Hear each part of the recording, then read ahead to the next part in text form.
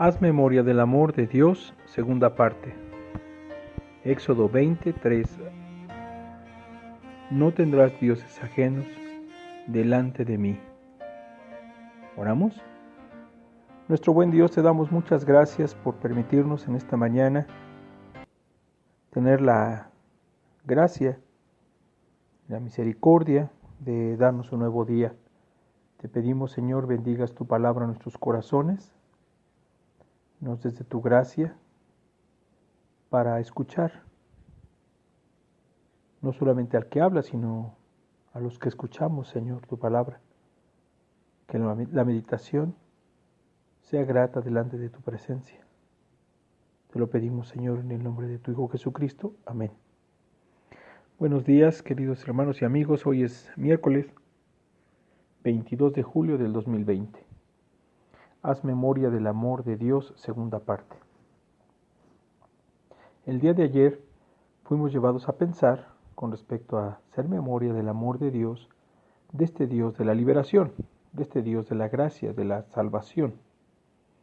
Ahora haremos memoria del amor de Dios desde el aspecto negativo, desde el aspecto del ser humano. Este pasaje describe que Dios sacó de la tierra de Egipto a un pueblo en servidumbre, a un pueblo esclavo. ¿Sabe? Es tan difícil sacar a las personas de la esclavitud. Hay personas que por muchos años han vivido en esclavitud, no tienen otra forma de vida. Y cuando se manifiesta la libertad, están de acuerdo, lo ven de forma positiva. Pero en sus corazones, en lo más profundo, siguen siendo esclavos. Siguen comportándose como esclavos. Siguen viviendo la vida de esclavos. No han sido libertados en sus corazones y en sus mentes. Esto ha sido una realidad en el comportamiento humano. Ahora lo vemos desde este punto de vista. Hagamos memoria del amor de Dios. Miremos de dónde Dios nos ha sacado. Cuando Dios hace memoria a estos hombres acerca de dónde los sacó Dios, que estaban en esclavitud, el pueblo de Israel debería recordar que incluso cuando les fue entregada la ley, ellos no tuvieron paciencia para esperar la ley de Dios. Cuando Moisés bajó de aquel monte con las tablas en sus manos, el pueblo estaba en idolatría, entregado frenéticamente a la idolatría. No piense que era un pueblo libre. Eran un pueblo todavía cautivo.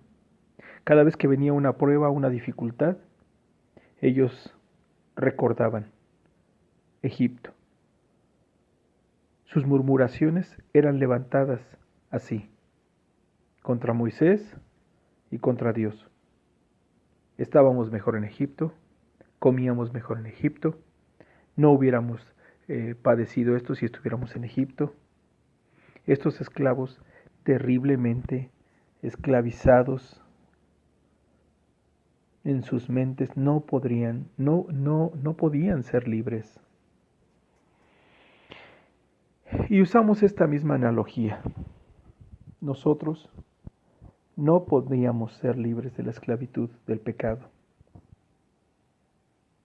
Cuando alguien piensa en Dios, generalmente piensa en Dios como un asunto aparte, como un tiempo de guardar, ¿verdad? Hay días incluso que se han denominado así por la tradición, días de guardar. Hay cristianos que son solamente cristianos de domingo. En el corazón de estas personas, en realidad, no ha habido un cambio. Siguen siendo esclavos. No ha habido una libertad. Parte de esta esclavitud es denunciada por Dios en estos versículos y también es denunciado otro aspecto terrible. Esta esclavitud lleva consigo un corazón idólatra.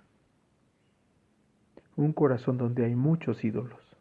Y Dios le dice a su pueblo Israel, no tendrás dioses ajenos delante de mí. Cuando la ley de Dios se dio en esas tablas, vuelvo a repetir, el pueblo de Israel estaba inmerso y entregado a una idolatría desenfrenada. La ley lo que hace es manifestar lo que en realidad somos. Nosotros somos una fábrica para ídolos. Producimos ídolos al por mayor.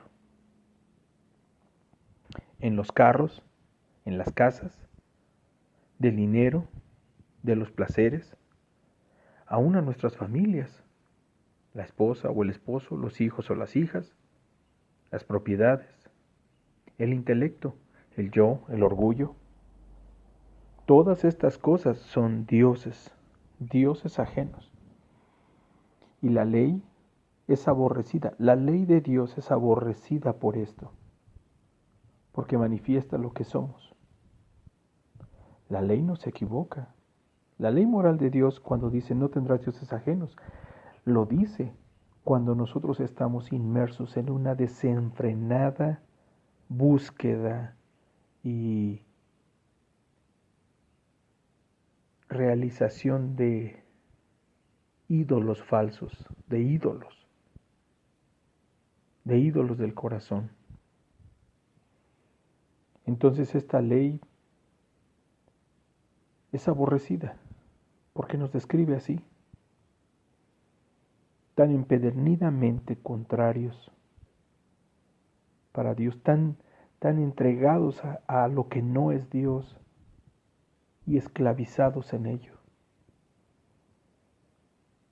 Escuche, este mandamiento nos permite ver de forma negativa lo que somos. Unos idólatras, unos perversos. Pero por otro lado, ¿cómo podemos ver? ¿Cómo podemos hacer memoria del amor de Dios? Mire por otro lado lo que significa estas palabras. No tendrás dioses ajenos delante de mí. Significa que aunque nosotros hagamos dioses, no hay quien pueda ser Dios, porque solamente hay uno solo, un solo Dios verdadero. Jehová es el único Dios verdadero.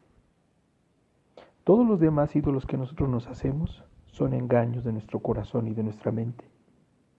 Son necedades de nuestro pecado, de nuestra ceguera.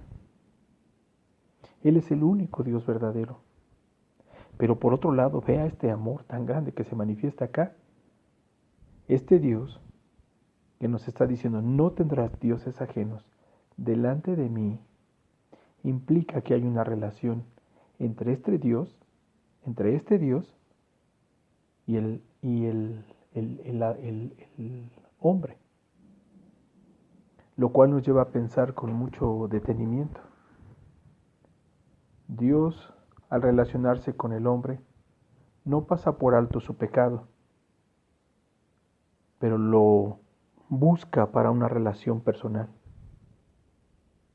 Lo busca para una relación personal. Y es aquí donde en este versículo no vemos, en realidad no vemos cómo podría un hombre pecador atender a este llamamiento de un Dios santo, atender a este llamamiento de un Dios personal, atender a este llamamiento de un Dios misericordioso. ¿Cómo?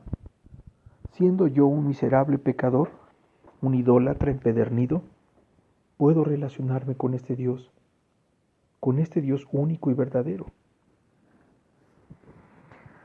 La ley, pues, dice el apóstol Pablo, tiene el propósito de ser como una niñera, describir perfectamente estos dos aspectos. El aspecto del gran amor de Dios buscando a los pecadores, buscando a lo que se había perdido, haciéndolo a través de llevarlo a la consideración y a la conciencia de su propio pecado y de su propia condición. Y esto es parte del propósito de la ley moral de Dios. Este Dios profundamente santo, justo, misericordioso e incomparable, la búsqueda de una relación contigo y conmigo. El distanciamiento con Dios es nuestro pecado. Si no hubiese otra manera de relacionarnos con Dios, bajo estas circunstancias no habría ninguna esperanza, tenlo por seguro. Desde este punto, podríamos decir que si no hubiese un camino hacia Dios, simplemente no tendríamos esperanza. ¿Cómo puede esto mostrarnos el amor de Dios? De esta única manera,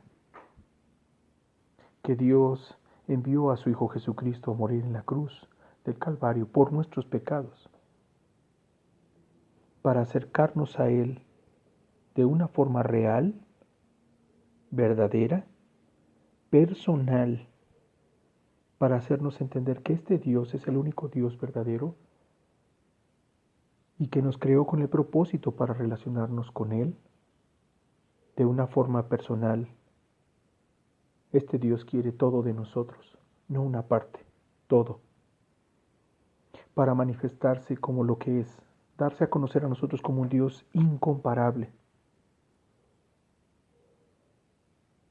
y también para manifestarse a nosotros como un Dios completamente misericordioso.